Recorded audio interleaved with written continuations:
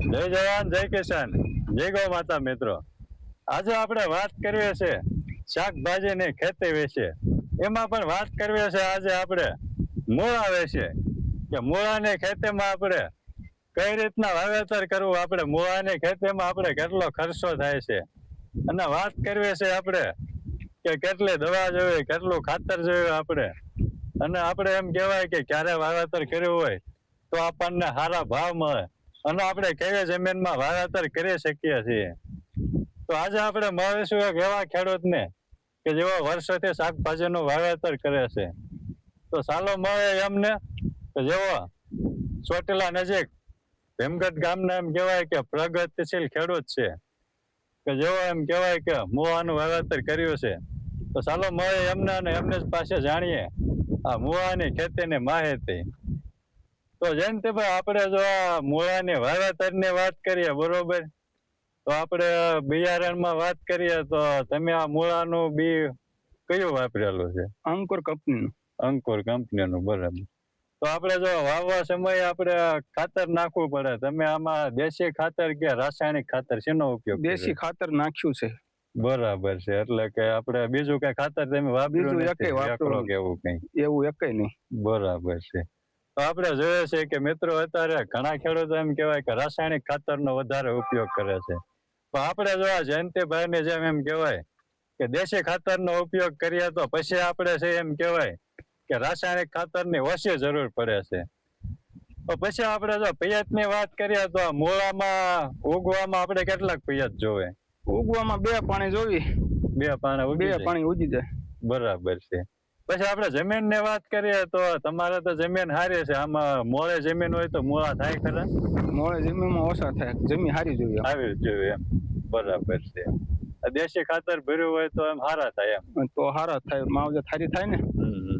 પછી આપણે પાણીની વાત કરીએ તો પાણી કેવું કે આમાં મૂળામાં ખારું મોળું એવું કઈ હાલે? કુવાનું પાણી હોય તો વધારે સારું. બરાબર. ઓલું ડાળનું પાણી હોય તો ફૂકાઈ જટ જાય. અત્યારે તો ઉનાળા છે તો આપણે કેટલા દિવસ પાણી પાવું પડે આમાં? અત્યારે તો 1 દિન ને 1 દી પાવી છે પાણી છે એટલે.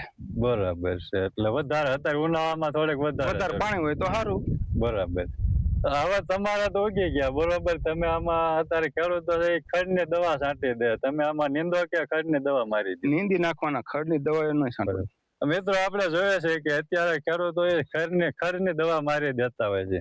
તો એ આપણે જોઈએ છે કે આપણે ખડની દવા છાંટીએ તો આપણે ખડ તો મરી જાય છે, પણ આપણે ખેતીમાં એટલું નુકસાન થાય છે, અને આપણે જે પાક વાવ્યો હોય એમાં પણ એટલું નુકસાન થાય છે. આપણો પાક છે એ થોડો પાછો રહેશે. તો આપણે જો નીંદી નાખીએ તો આપણે દવાનો ખર્ચો થાય, એ નિંદામણમાં થોડીક મહેનત તો થાય જ છે, પણ આપણે પાક છે એ આપણે સારો થાય છે. તો પછી આમાં આપણે ખાતરની વાત કરીએ તો આ મોટા થઈ જાય તો પછી આમાં કઈ ખાતર આપવું પડે? 1 થેલી યુરિયા પાઈ દેવાનું. બીજી કઈ જરૂર હોય? બીજી આને જરૂર નહીં. તો આમાં કઈ આપણે રોગ આવે એવું કઈ ખરું મોટા થાય પછી? રોગ એવો આવે એની 1-2 ખેલ દવા છાંટી દેવાની. બરાબર.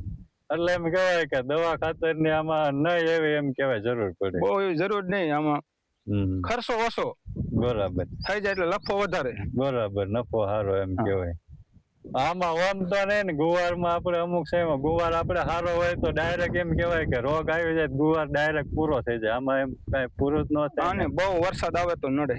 વરસાદ નડે, ચોમાસે એમ કહેવાય કે પૂરું થઈ જાય વરસાદ આવે તો એમ કહેવાય. 1 ધારો વરસાદ આવે તો નડે, નકર કાંઈ ન થાય. બરાબર. તો ભાવની વાત કરીએ એ બજાર પ્રમાણે આપણે સરાસરી ભાવ ગણીએ તો ભાવ કેવાક મળતા હોય છે આના? અત્યારે જો આ થઈ જાય એટલે 35 થી 40 રૂપિયાના વેચાય. બરાબર, કિલોના ભાવ? તો મિત્રો આપણે જોઈએ છે કે આપણે જે કપાસ ને મગફળી ને એવું વાવતા હોય એમાં અત્યારે આપણે જોઈએ છે કે ખેડૂતને કઈ ભાવ મળતા નથી.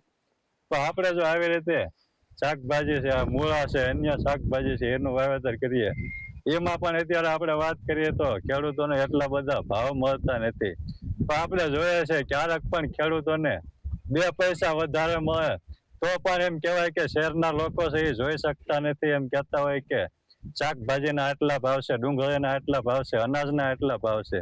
તો મિત્રો આપણે જોઈએ કે ખેડૂતોને ખેતીમાં રાતના દિવસ મહેનત કરતા હોય ત્યારે તેને એટલા ભાવ મળતા હોય છે, અને એ પણ ક્યારેક જ ભાવ મળે છે, તોય પણ શહેરના લોકો એમ કહેવાય કે જોઈ શકતા નથી. તો આપણે જો આ મૂળાના ભાવની વાત કરીએ, તમે એમ કહેવાય કે 30, 35 કે 40 રૂપિયા મળે, અમુક સમય એમ કહેવાય કે 5 રૂપિયા 10 રૂપિયા મળતા હોય, તો એમાં ખર્ચો ઉભો થાય કે ન થાય? 10 રૂપિયા જાય તો ખર્ચો તો ઉભો થઈ જાય. ખર્ચો ઉભો થઈ જાય, વધે કઈ નહીં એવું વધે થાય ને તોય નહીં. વધે, પૈસા તો વધે જ તે. બરાબર છે, પણ એવું બધું કઈ થાય નહીં. લાંબુ વધે નહીં હો. બરાબર છે, આપડે ખર્ચા પાણીના ની દાડી જોગું નીકળી જાય. બરાબર છે.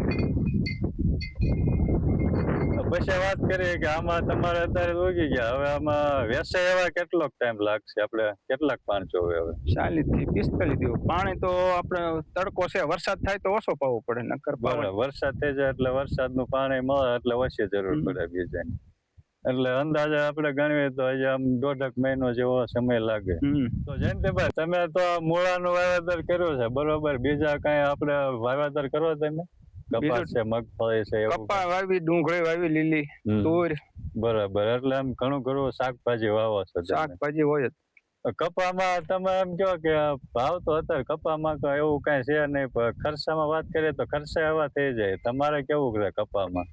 કપામાં એ આપણે દાડે જોગું જ નીકળે, બાકી લાંબુ નો છે નહીં એવું કપામાં? રોગ એવા આવે બધા. અત્યારે ઈવોળીનું વધારે છે ને, એટલે ઓછું એવું તળે ઓછું અત્યારે. બરાબર છે.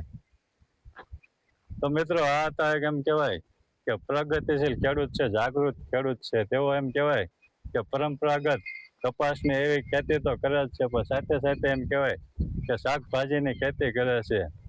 જોઈએ તો આપણે અમુક વાર એમ કહેવાય કે ખેડૂતોને શાકભાજીના સારા ભાવ મળે છે, અમુક સમયે નથી મળતા. તો મિત્રો, આ હતી એક મૂળાની ખેતીની માહિતી. તો આજના વિડીયોમાં બસ આટલું જ. મળીશું નવા વિડીયોમાં નવી માહિતી સાથે. જય જવાન, જય કિસાન, જય ગૌ માતા.